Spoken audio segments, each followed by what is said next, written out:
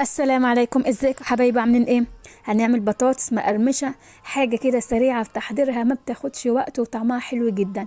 طبعا انت حسب الاطعمه اللي انت هتضيفيها عليها بالتوابل، مثلا توابل الفراخ بالجبنه بالصدوق، اي اطعمه. سامعين صوت القرمشه؟ بجد طعمها تحفه. معايا هنا بطاطس. آه قطعتها زي ما انتوا شايفين وغسلتها حلو جدا. بعد كده سلقتها مده دقيقتين. وصفيتها وسبتها تتهوى.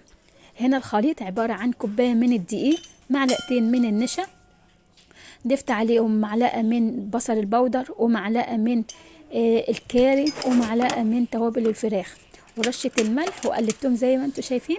وبعد كده هنزل عليهم بالبطاطس.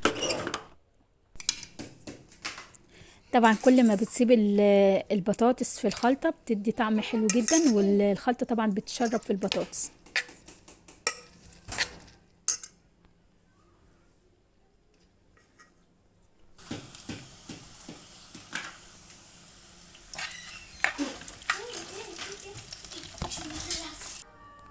طبعا سريعة وما بتاخدش وقت في تحضيرها. مقرمشة وطعمها حلو جدا.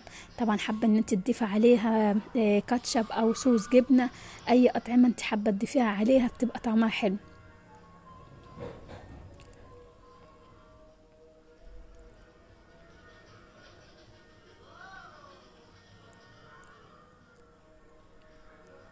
واللي عجب الفيديو لحد هنا ما ننساش يعمل لايك واشتراك فضلا وليس امرا.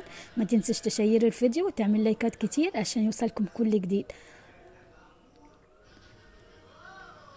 والسلام عليكم ورحمة الله وبركاته.